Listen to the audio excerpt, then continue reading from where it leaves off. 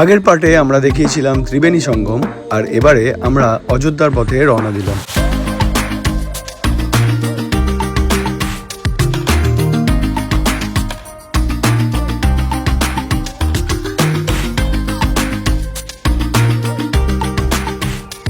আমরা এখন অযোধ্যাতে আছি, তাই তো? অযোধ্যাতে আছি। এটা এখন এই জায়গাটা এইটা কি জন্মভূমি বলে সবাই বলছে। তো আমরা এখন অযোধ্যায় এসে মন্দির দর্শন করব। আমরা কোন মন্দিরে যাচ্ছি রে? হ্যাঁ, রামের। ওকে, আমরা রামের জন্মভূমির দিকে যাচ্ছি। ঠিক আছে,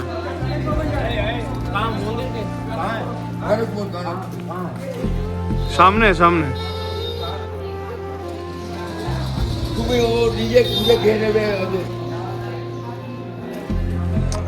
এখানে রাস্তায় রাস্তায় এরকম এই বাঁদরগুলো থাকে, খুবই নর্মাল জিনিস এটা।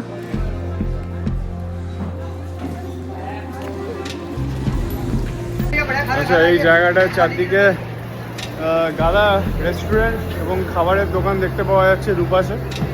আর সামনের দিকে আমরা যাচ্ছি রামের জন্মভূমি, সেদিকে মোস্ট প্রবাবলি এই যে পেছনের দিকে।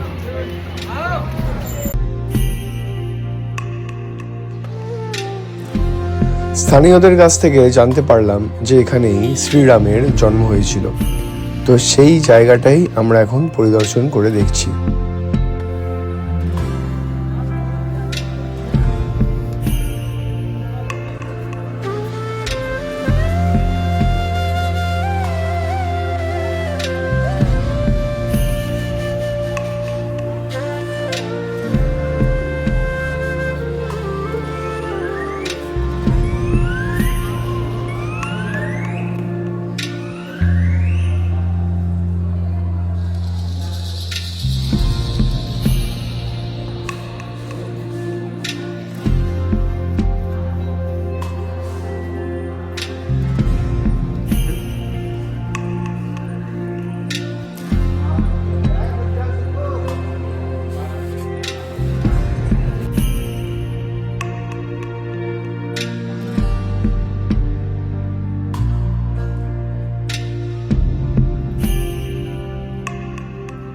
এখন আমরা রামের জন্মভূমি থেকে বেরোচ্ছি।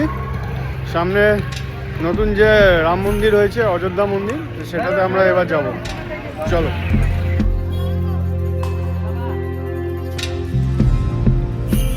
এই এলাকাটি অযোধ্যার সব থেকে পুরনো ও ব্যস্ত বাজার অঞ্চল। চারিদিকে পুজোর সামগ্রী, প্রসাদ, ধর্মীয় জিনিসের দোকান ও অন্যান্য অনেক কিছু, সব কিছুই হাঁটা পথে।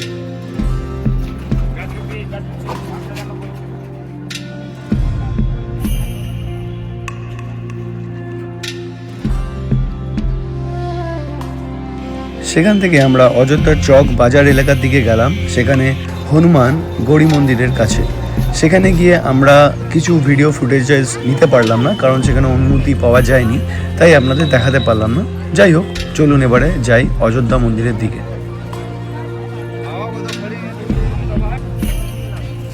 এখন এখানে লাইন দিয়ে ঢুকছি সামনের দিকে, আর এইদিকে মেয়েদের আর এইদিকে খালি ছেলেদের লাইন আলাদা করে। তো চলো দেখি কি হয়। সামনের দিকে অযোধ্যা মন্দির।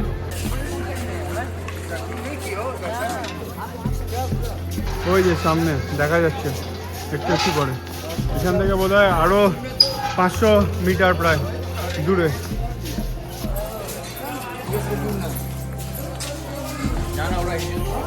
ভিড়টা একবার দেখিয়ে দিই। আর আরেকটা যে জিনিস দেখানোর, সেটা হচ্ছে যে ঢুকলাম ওই জায়গাটাতে, ওখানে জমা রেখে তারপরেই প্রবেশ করতে হবে। সব কিছু জমা রাখতে হবে, তো ভিডিও করা এখানে যাবে না। এই হচ্ছে বিষয়।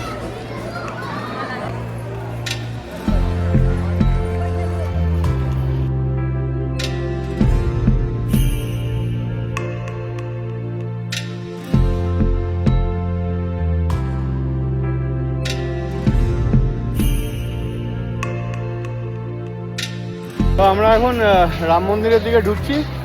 মনে হচ্ছে মোবাইল নিয়ে ঢুকতে দিচ্ছে নাকি? না, ওখান থেকে আবার বন্ধ করে দেবে, কিন্তু অনেকে নিচ্ছে দেখছি। তো এই যে রাম মন্দির, এই সাইডে এন্ট্রান্স আর কি।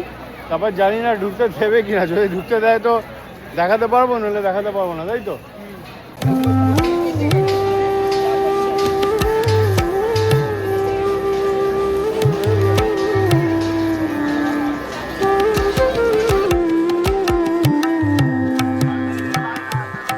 তো যেমনটা আশঙ্কা করেছিলাম ঠিক সেরকমই হলো। ওখানে অযোধ্যা মন্দিরে ঢুকতে যাওয়ার সময় জুতো, মোবাইল, কারো কাছে ক্যামেরা থাকলে এবং স্মার্ট ওয়াচ থাকলে সমস্ত কিছু জমা রেখে তবেই ঢুকতে দেওয়া হয়েছে। কোনো কিছু ফুটেজ সেভাবে আমরা পাইনি। তো সেখান থেকে আমরা চলে গেলাম বেনারস। ওখানে আমরা কাশী বিশ্বনাথ ধামে গিয়েছিলাম, সেখানেও ক্যামেরা নিয়ে ঢুকতে দেওয়া হয়নি। তো যেটুকুন দেখানোর আমি দেখাচ্ছি, দেখতে থাকো।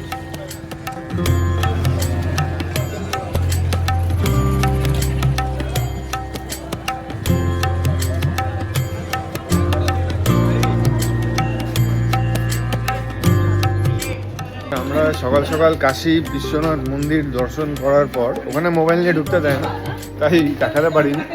এখন আমরা মণিকর্ণিকা ঘাটের দিকে যাচ্ছি, ঠিক আছে? মণিকর্ণিকা ঘাট। ওকে, তো সরু গলি, এই যে সংকীর্ণ গলি, আমরা ফুল ফ্যামিলি সবাই মিলে সামনের দিকে এগোচ্ছি। মণিকর্ণিকা ঘাট সামনে গিয়ে তারপর দেখাচ্ছি কি আছে।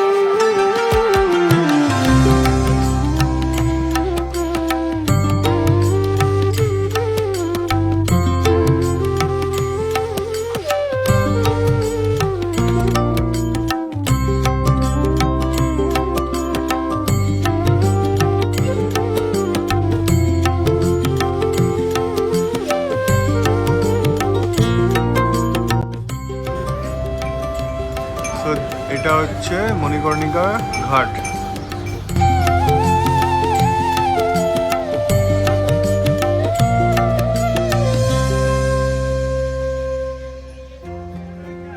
সকালবেলায় গঙ্গার জলে নৌকার দাঁড় টানার শব্দ, দূরে দূরে মন্দিরের ঘণ্টা, এই শব্দগুলো যেন একসাথে মিলিয়ে দেয় সময়, মৃত্যু আর মুক্তি।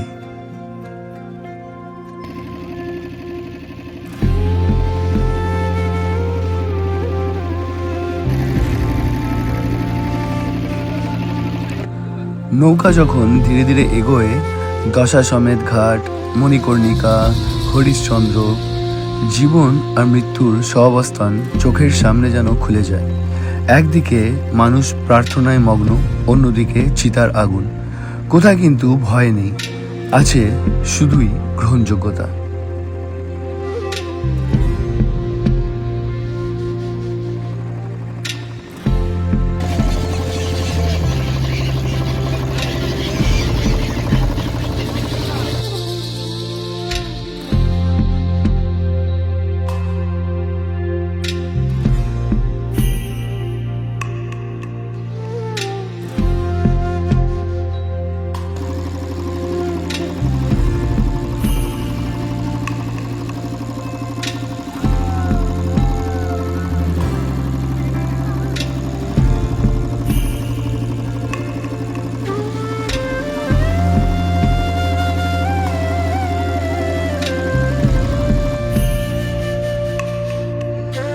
নৌকার মাঝে বসে হঠাৎ নিজের জীবনের সব ব্যস্ততা যেন তুচ্ছ লাগে। সমস্ত কিছু বন্ধ করে দিলে বোঝা যায় বেনারস দেখা যায় না, বেনারসকে অনুভব করতে হয়।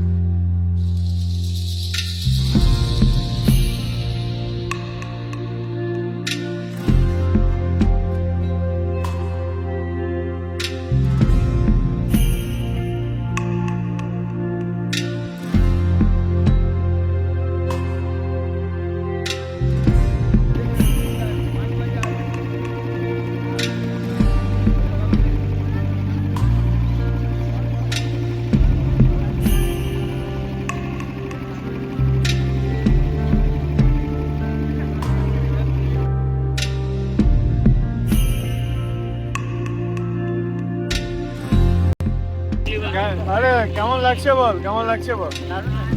এগুলোই ভালো লাগছে। হ্যাঁ, এগুলোই বেশি ভালো লাগে। হ্যাঁ, অ্যাকচুয়ালি আমরা এগুলোই পছন্দ করি বেশি। আমি তো বললাম ভিডিও করতে। ভিডিও করছি তো। আমি তো ভিডিও করছি। যাই হোক আমরা এই ঘাটটা দীঘা থেকে আমরা কোন দিকে এসেছি? কেদারঘাট।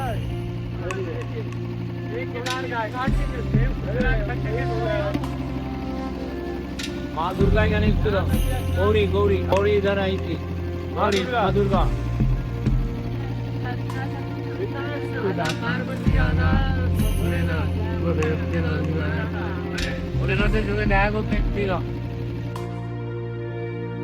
শোনা যায় এখানে একসময় শিব ও পার্বতীর বাস ছিল।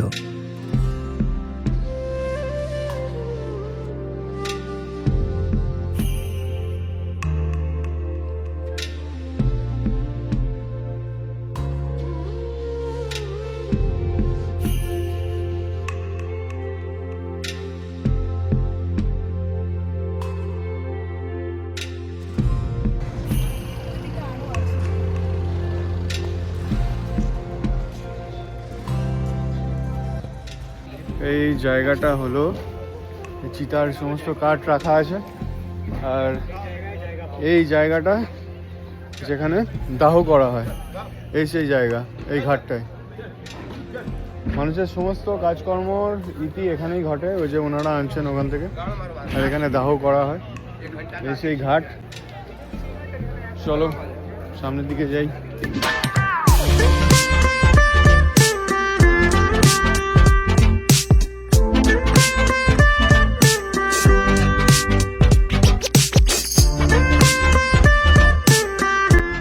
প্রচুর অলিগলি এই জায়গাগুলো।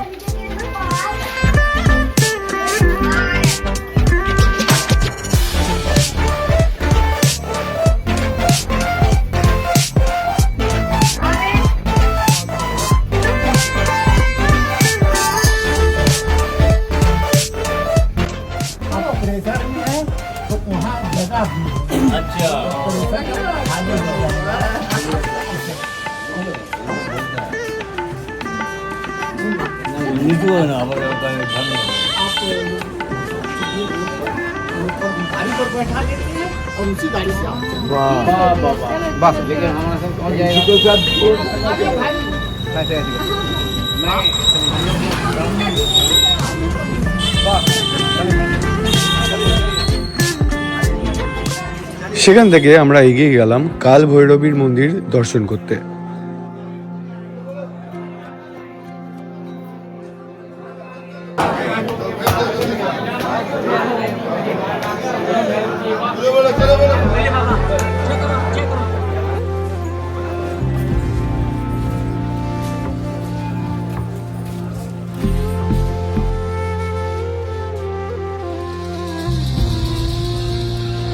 বেনারসের গলি মানে শুধু একটি রাস্তা নয়, যেন একটা গল্প। সেই গলির ভেতরেই লুকিয়ে আছে শত শত বছরের ইতিহাস। কোন এক মোড়ে মন্দিরের ঘন্টা, কোথাও ভেসে আসছে ধূপের গন্ধ। গলি ঘুরতে ঘুরতে বোঝা যায় এখানে পথ হারানো মানে ভুল নয়, এখানে পথ হারানো মানে বেনারসকে পাওয়া।